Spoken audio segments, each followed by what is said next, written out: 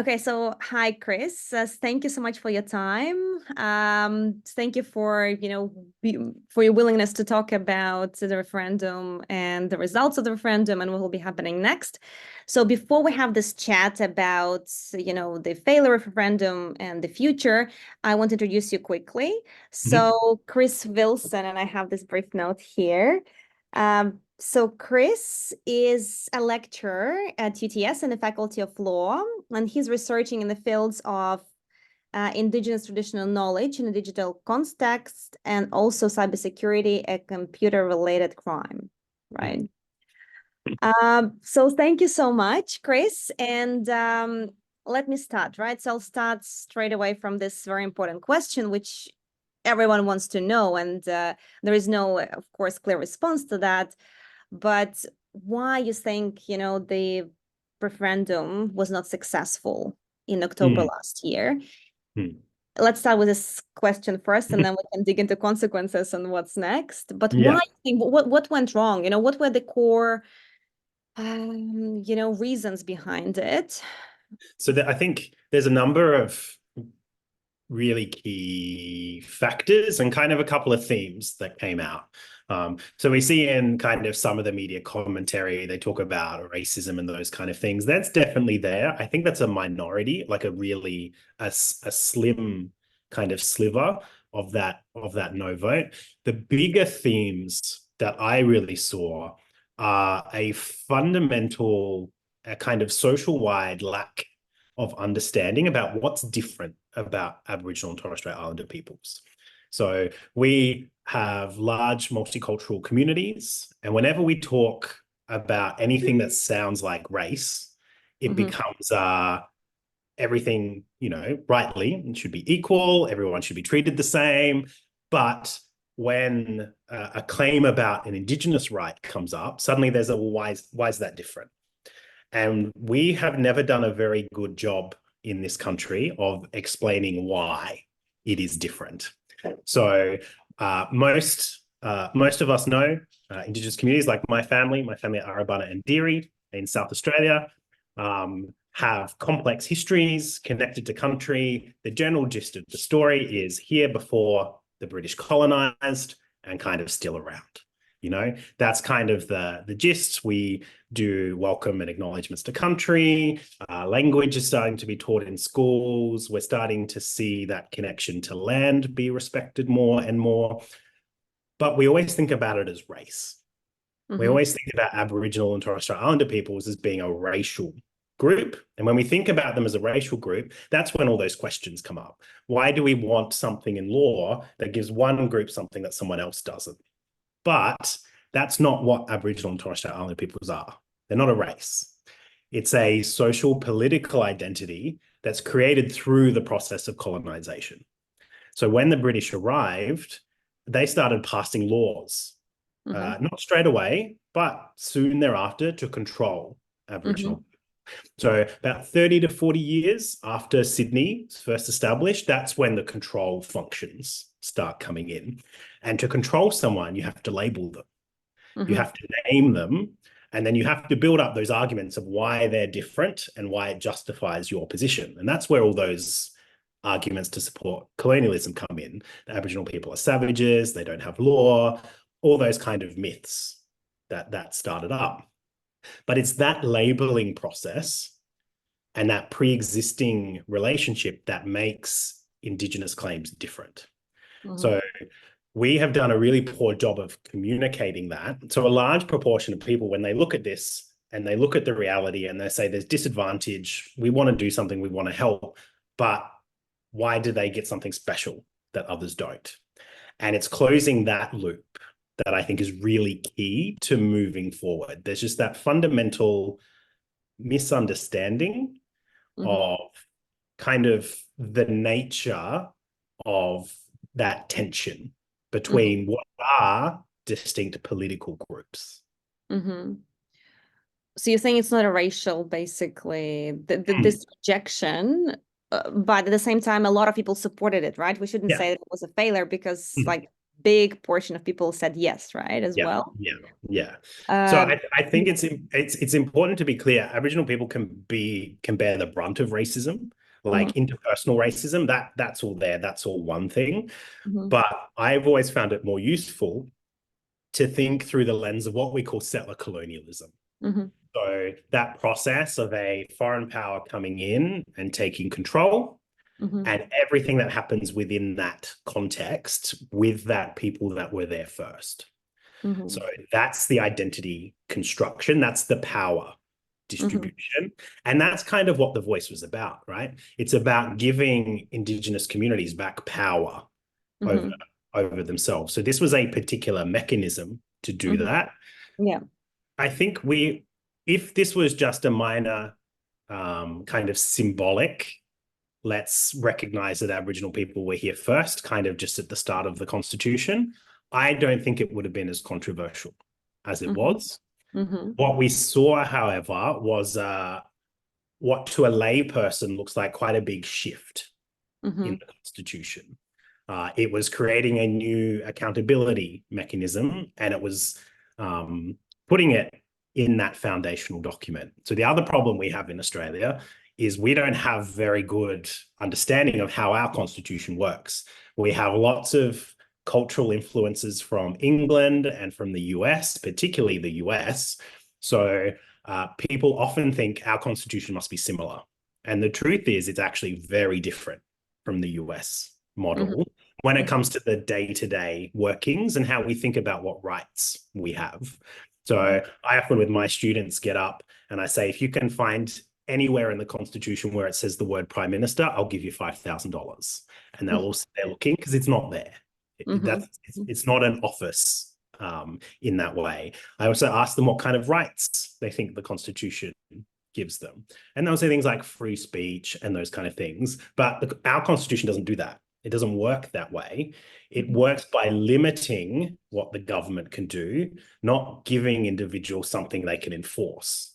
So when we start to tinker with that, we're also dealing with a knowledge gap with how the Constitution works. So we have models of responsible government, which is where ministers who make decisions are in the Parliament, responsible to the Parliament can question them at any time. What this was doing, what the referendum was proposing, was that we'll have another committee in there and they can give advice to that Parliament. So when the minister's in there arguing for legislation, they're armed with information to hold them to account. So this was about, as when you dig into the minutiae of how it would work, it was the most minor change possible.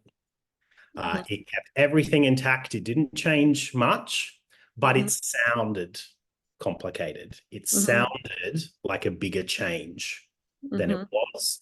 And we didn't have the tools to really communicate well in a way that people could understand what it was doing. Do you think many people didn't understand what they were voting for, despite a lot of explanations? But do you still think, because you need to spend time, understand what what the choices are and like what's the future? Do you think many people didn't get maybe that's why the no came first? Because when you don't understand things, you're like, okay, no, I don't understand it. Like, I just better know, right? And I think one of the big mistakes that the Yes campaign made was they didn't have a model to point to. They had reports that said, this is kind of what we're going to do. This is the proposal, but there was never this is how it's going to work. This is when it would be implemented. So there was nothing that you could point to when people came up with, oh, but what if this happens? Oh, but what if that happens? There was nothing you could point to because they didn't have the legislation. They didn't have the model in place. They just had reports. And while my job allows me to go and read hundreds of pages of reports, the average Australian cannot do that. They don't have time or kind of the want, right? They've got other things going on in their lives to be reading the detail of a constitutional proposal. So I think not having a clear model was a big problem. And what I see is echoes with our previous referendums that failed. So like the Republic referendum in 1999.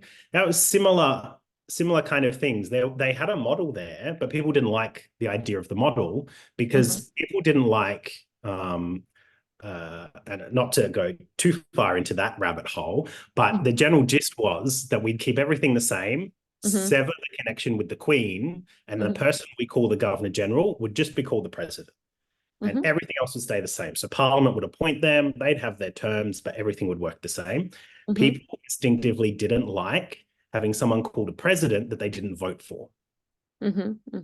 Now, whether or not there was any validity in those kind of concerns, you have to meet people where they're at with the terms they're used to. So I think communication is a huge problem. And through the most recent, so the Voice referendum, we were seeing media reports the week before the vote that people didn't know what the Uluru Statement was, that they hadn't heard about what this proposal was. And all they were seeing was here's everything that could go wrong. Yes, that's right. Do you think, being a law expert, do you think that the tool of referendum is a good tool to do that? Or maybe the tool is flawed. Maybe we should use something else, you know? What are your thoughts on the tool, like as a law person? So Australia has so just before, when I was saying people get confused with our constitution, is it a bit British, a bit American? That's because it's actually a mashup of the two. So our system's the Westminster system, but what the architects of our constitution did when they were putting it together was they wanted to make it very difficult to change it. So we have a very high bar to change our constitution. Majority of people, majority of states, the double lock. In a state like the US, people don't vote to change their constitution. It's done by the state houses. So each parliament equivalent in each of the states, they just pass the same law, and once it takes over the majority of states, then it goes into the constitution. So they kind of abstract theirs up. Now, I'm not suggesting it's easy to change the constitution in the US, but it's a different kind of challenge, because there you're just trying to convince lawmakers. Yeah, we have to convince a majority of people in a majority of states. So that skews it towards status quo anyway. That doesn't mean it can't be done. We know it's been successful 8 times in the past, but it is very, very challenging. When it comes to what we do for Indigenous people, however, I have complicated thoughts on this one. So if we think back to what I was saying earlier about that settler colonial idea of 2 distinct political groups, the way you resolve conflict between political groups is treaties.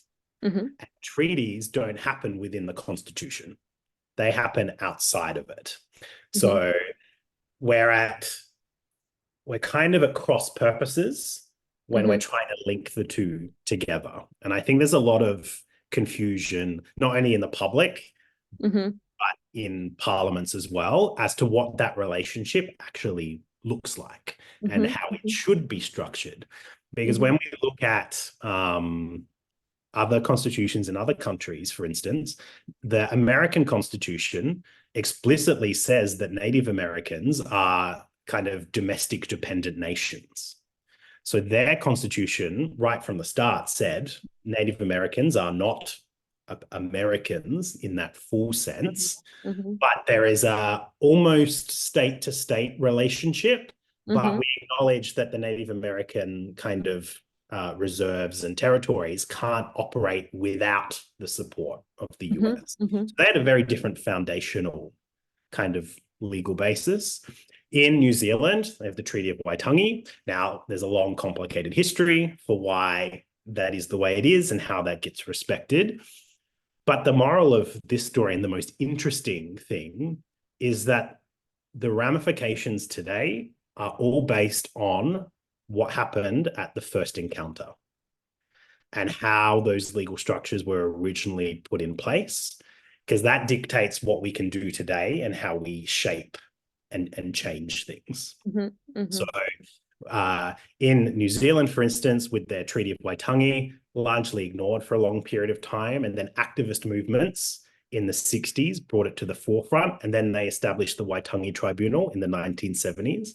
So for the last 50 odd years, that Waitangi Tribunal has been dealing with disputes between the Crown in New Zealand and the Maori tribes. And in settling those disputes, has been collecting evidence, has been documenting customs, has been documenting language, has been documenting rules of Te Maori, so Maori law. And now 50 years later, the New Zealand courts have an evidence base. So when a Maori person comes with a particular claim, courts now have something that they can use as a trusted source to help mediate those Is issues. there something like that in Australia? No? Nothing at all. So the closest thing we have in relation to kind of like an evidence base of custom is IATSIS, so the Australian Institute for Aboriginal and Torres Strait Islander Studies in Canberra. That has a very complicated history because that was first established to preserve the dying race. So it was set up by the government as the kind of Aboriginal people are dying out. We'll set up this institution. We'll keep it all. It'll be interesting in the future. IATSIS has morphed over time to become more of a kind of cultural center. They do lots of work these days on best practice for Indigenous research, of reviving languages, those kind of things.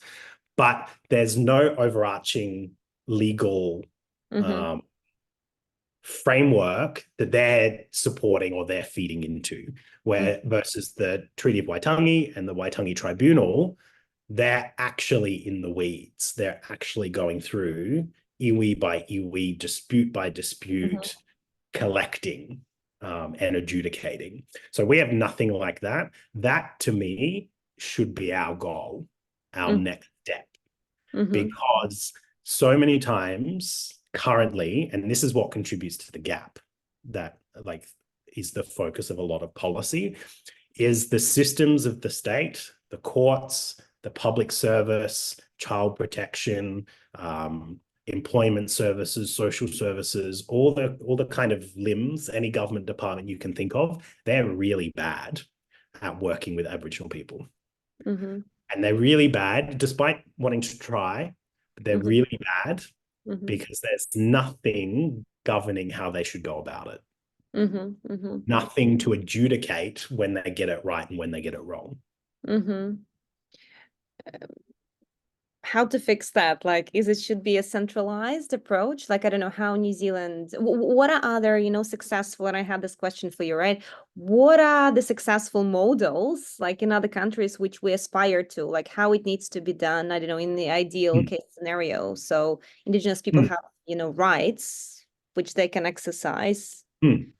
So there's quite a few different models. So that the other challenge with Australia is we have so many diverse Aboriginal communities. We have so many different languages spread across such a large continent, so many different traditions, so many different histories. So the experience of Aboriginal communities in Sydney is very, very different to Aboriginal communities in Alice Springs, is very different to Hobart, very different to Adelaide. Even the way state law has impacted on different communities has resulted today in very different kind of conditions and outcomes. So our challenge, particularly in Australia, is always how do you take a big framework and apply it to so many different experiences. So there's quite a few different models that exist around the world. So if we look to Scandinavia, the Sami parliaments in Sweden, in Norway, in Finland, now they are not based so much on treaties, but they're set up as legislation. And they are given a little bit of authority for expenditure of funds in relation to things like health and education and those kind of things. They're still answerable to the minister of the day. The minister can always veto things. But it's a bit of a beefed up voice. So rather than just an advisory committee, it's a large, full-scale parliament. And that allows for the diversity of Sami viewpoints. So the Sami experience, traditionally, reindeer herders, that was their kind of lifeblood of culture, of economic prosperity. But lots of Sami are professionals in the city these days, just like in Australia. So having a larger parliament allows those different perspectives to be attended to. If we look to the US, the US again is very complicated, large number of Native American communities, but a larger number of states. So the interaction of state governments with Native Americans has also been very complicated. And then the federal control over them as well. So they're similar to Australia, just a bigger scale. Yeah.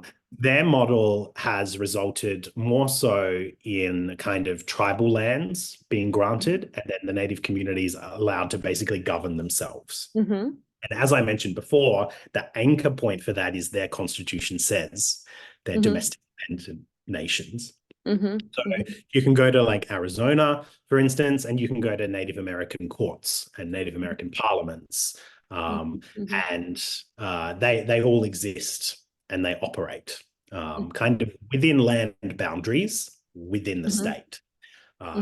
That's less likely to happen here. Why? Why?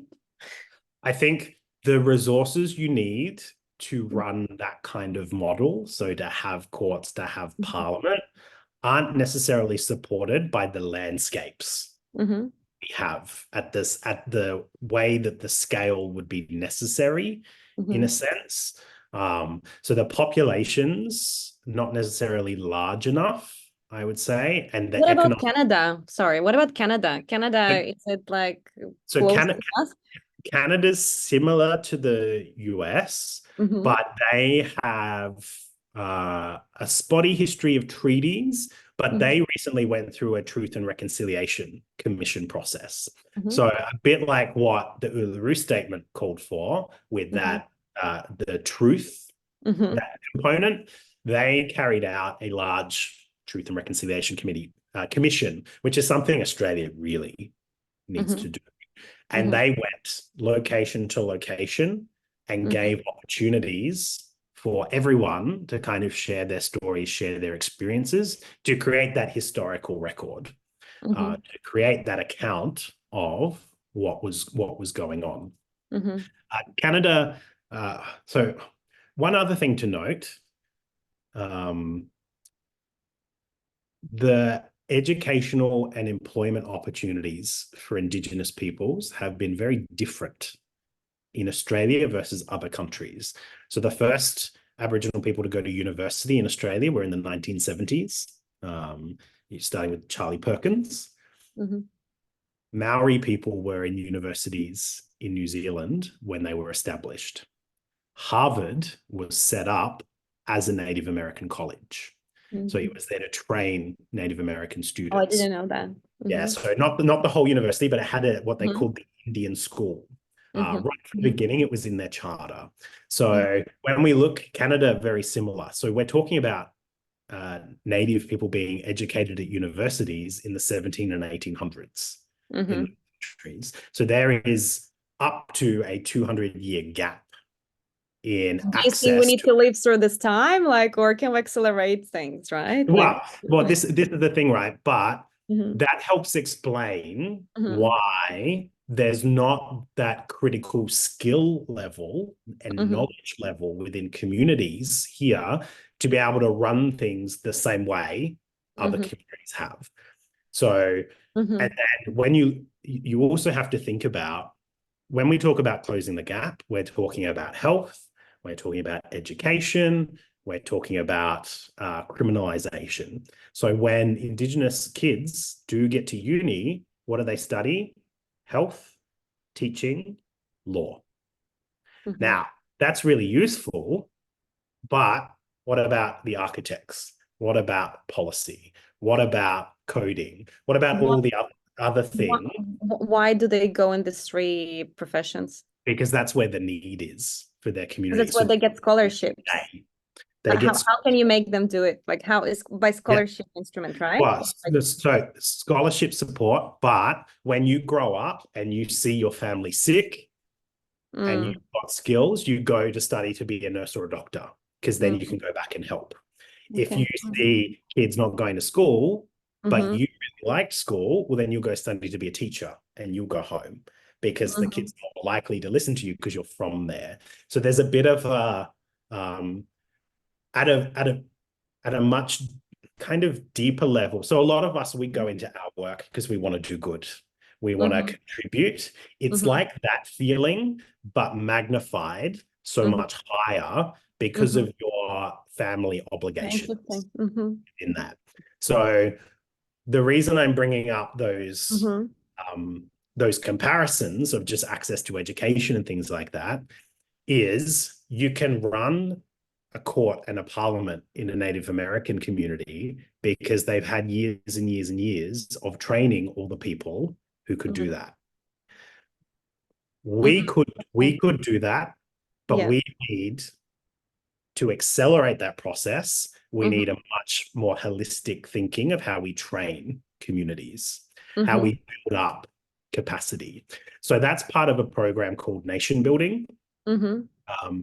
UTS has a team of researchers working on this space, so collaborating with those communities in Arizona and bringing those learnings back to communities in Australia.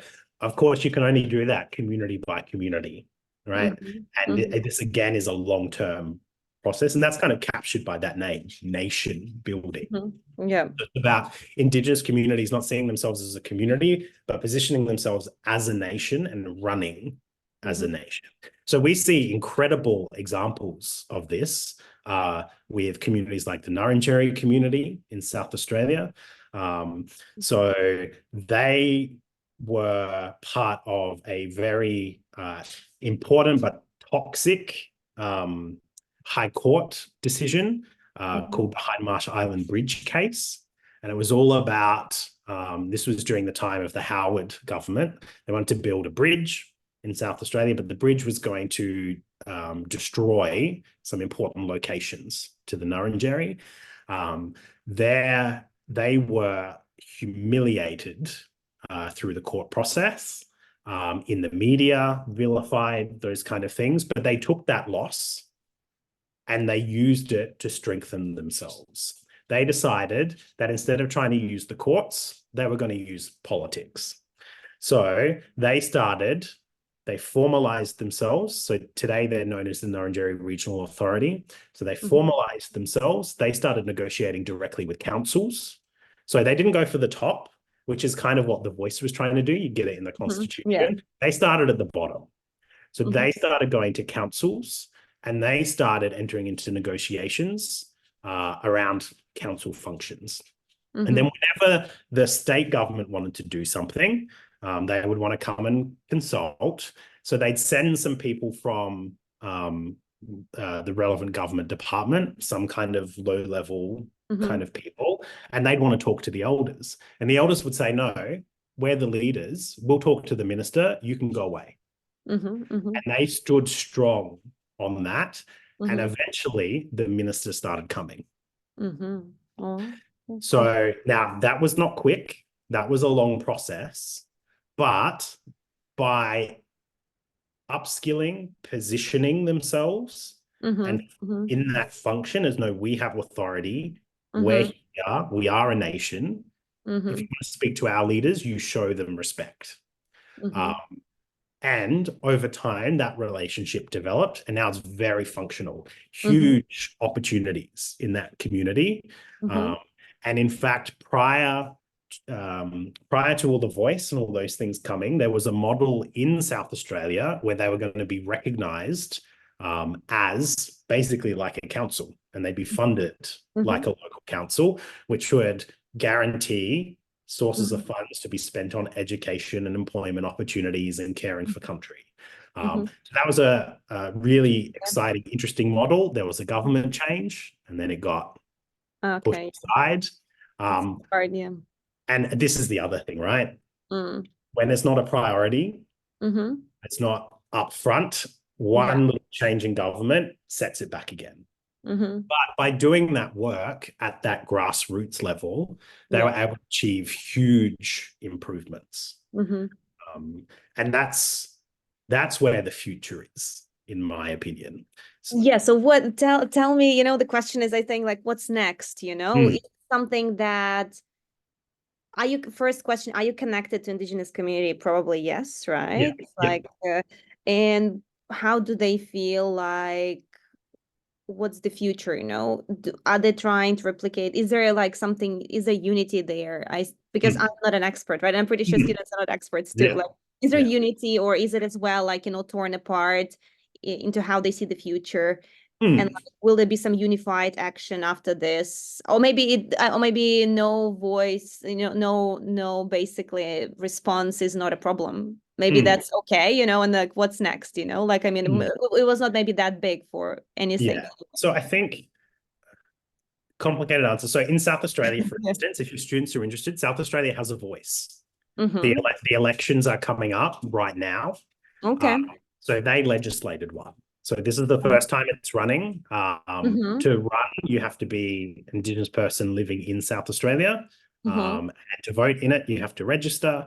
Mm-hmm. But that will basically be a state version of what the referendum was about. Oh, interesting. And what So what that are you optimistic, like?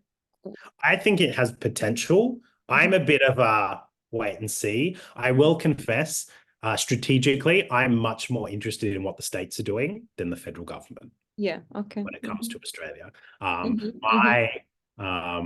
I'll say this: my view of the federal government is that they're basically the back office accountants of the Mm-hmm. nation. Yeah, So they okay. run defense, sure, but everything else is just moving money around. Mm-hmm. It's Mm-hmm. the states that run the schools, states run the hospitals. Like, so if you've got a service delivery problem, Mm-hmm. go to the states. Yeah. Mm-hmm. I'm I'm interested to see how this model works. Mm-hmm. It's the first time it's being tried. It's not my preferred. My preferred model is to strengthen the local communities to run themselves first, and then Mm-hmm. you can put up a framework over the top. Mm-hmm. But Mm-hmm. I am very much you get things done at the grassroots kind of Mm-hmm. person. Like you've got to build the thing. Because strategically, I've had many conversations with many ministers over time. Mm-hmm.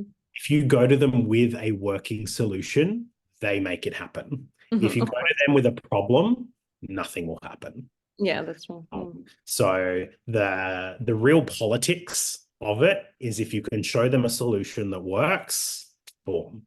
Yeah, and they can take it as a medal for themselves, as well, Yeah, like, yeah, right? So, and you have a plan. So you've done the work, but yeah, people can do it, right? yeah, Like, not that yeah, hard. Yeah. yeah. So, but the challenge, of course, is then building those Mm-hmm. communities up. Yeah. And that's where multiple things kind of have to happen at the same time. So, having said that, I care more at the state level, having Mm-hmm. a federal Truth and Reconciliation Commission go around and actually do this properly, collect those stories, let people come forward, actually pull out everything that's been hidden. So there's been lots of really good work over the last, 10, 20 years, uncovering all the historical massacre sites, Mm-hmm.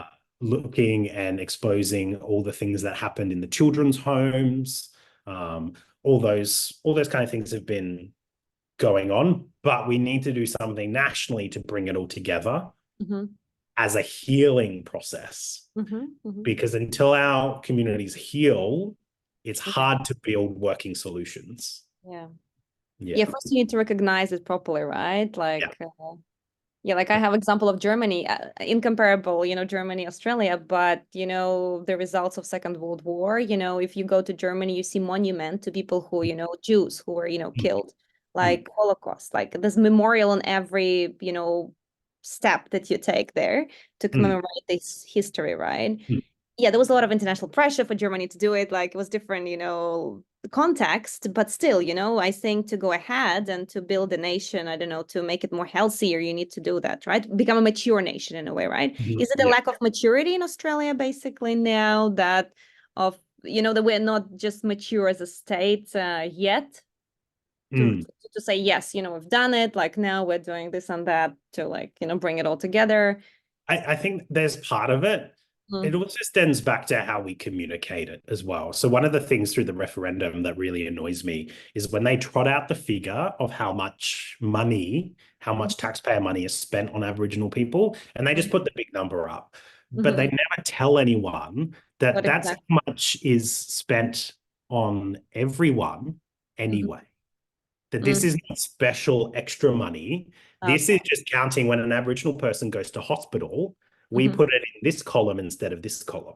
When an But Aboriginal it's person goes to school, we put it there and there. So there's definitely money spent additionally on programs, right? But it's not the big number that they throw around. It's about 80% less than that number.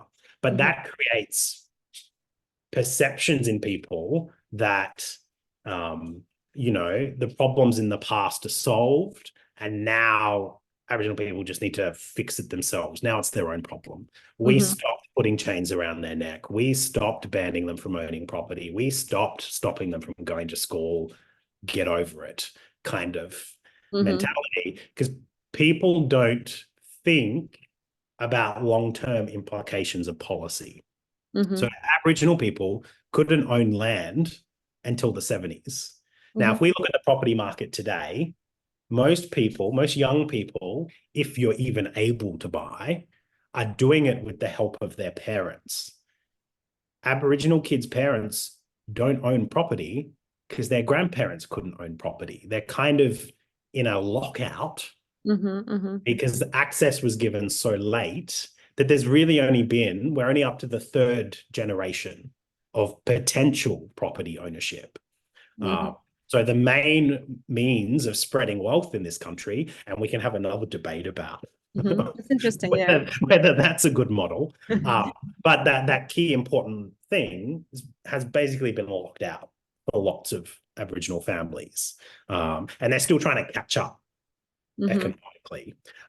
So yeah, those laws changed in the 60s and the 70s, but the effect is still there. And that's hard to communicate because we focus so much on the moment the law passes. And then when the law passes, everything's good. It's like things like same-sex marriage. Oh, it's passed, everything's solved. It's like, well, no, there's still homophobic attacks. There's still trans people experiencing discrimination. Like it doesn't solve the problem. It's just another step.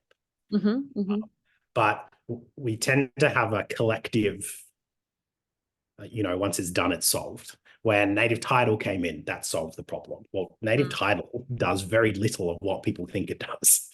But there's this idea that if you get native title, suddenly you can, suddenly you own it. It's like, no, Aboriginal people don't own native title. The government still owns it. They can't build businesses. They can't build homes. Or rent it out, they can't. Or rent it out. They can't do anything like that. It doesn't do that. All it recognizes is that the community had a connection there. They might have some ceremonial sites or had some hunting grounds. And those communities can keep doing that. And the only time money comes into play is if some act of the government or a mining company is going to destroy one of those sites or one of those rights. So much energy was put over 20 years getting all these native title claims through, and there's no money to show for it. There's no opportunities to develop economically. And this is where we start to see splits within the Aboriginal community and what to do about all of this, because just like the broader population, you've got Aboriginal people on the left and Aboriginal people on the right and somewhere in between, and they all have different perspectives of where the focus should be. And that's another thing that fed into the voice referendum failure. There's this idea that all Aboriginal people have to speak with one voice. And the minute the minute there's dissension, then suddenly it mustn't be good. Otherwise, they would all agree on it. So there's this there's just this strange idea that a minority group, and it's the same if we look at kind of the Israel-Palestine kind of discourse going on at the moment, you see the same kind of idea. People get grouped in and assumed that they all think the same because of who they are. So we've really got to try and break through that. Mhm. But and this is why my preferred future steps and where I think we'll end up going is that grassroots level, Mhm. bigger Mhm. kind of nation building models, small community governance, because then those dissenting voices within the community can nut it out themselves. Mhm. They can work out what's best for them, and then that feeds in Mhm. to a broader structure, because you need a broad structure for the government to be able to direct money and authority and Sure, sure, those sure. kind of things. Mhm. But yeah, the long, like, it's going to be a long time. The problem, the additional problem is I like to think of things as having like you accrue political capital like in a piggy bank, and then you spend it. So it took 50 years to accrue the political capital to get last year's referendum up. We spent it and it didn't work. Before we can do something big, we've got to accrue that political capital again. Mhm. Mhm. And we see this, it's cyclical. Mhm. Lots of different issues. You can always get so far, and Mhm. then it kind of goes Mhm. off, and you've Mhm. got to work to get it back to move Mhm. the next step. Yeah. Aboriginal affairs have kind of taken for at least the last 100 years, it's every 50 years you get another crack, Mhm. Mhm. and we messed this one up. Yeah. Yes. Okay. Great. Yes. Thank you so much, Chris. Yeah. It was so interesting. And, I didn't know many of these things myself. It's very interesting and insightful. So thank you so much for your time. I'll share this video on, our Canvas site, and hopefully, students can learn something more. I'm pretty sure, if I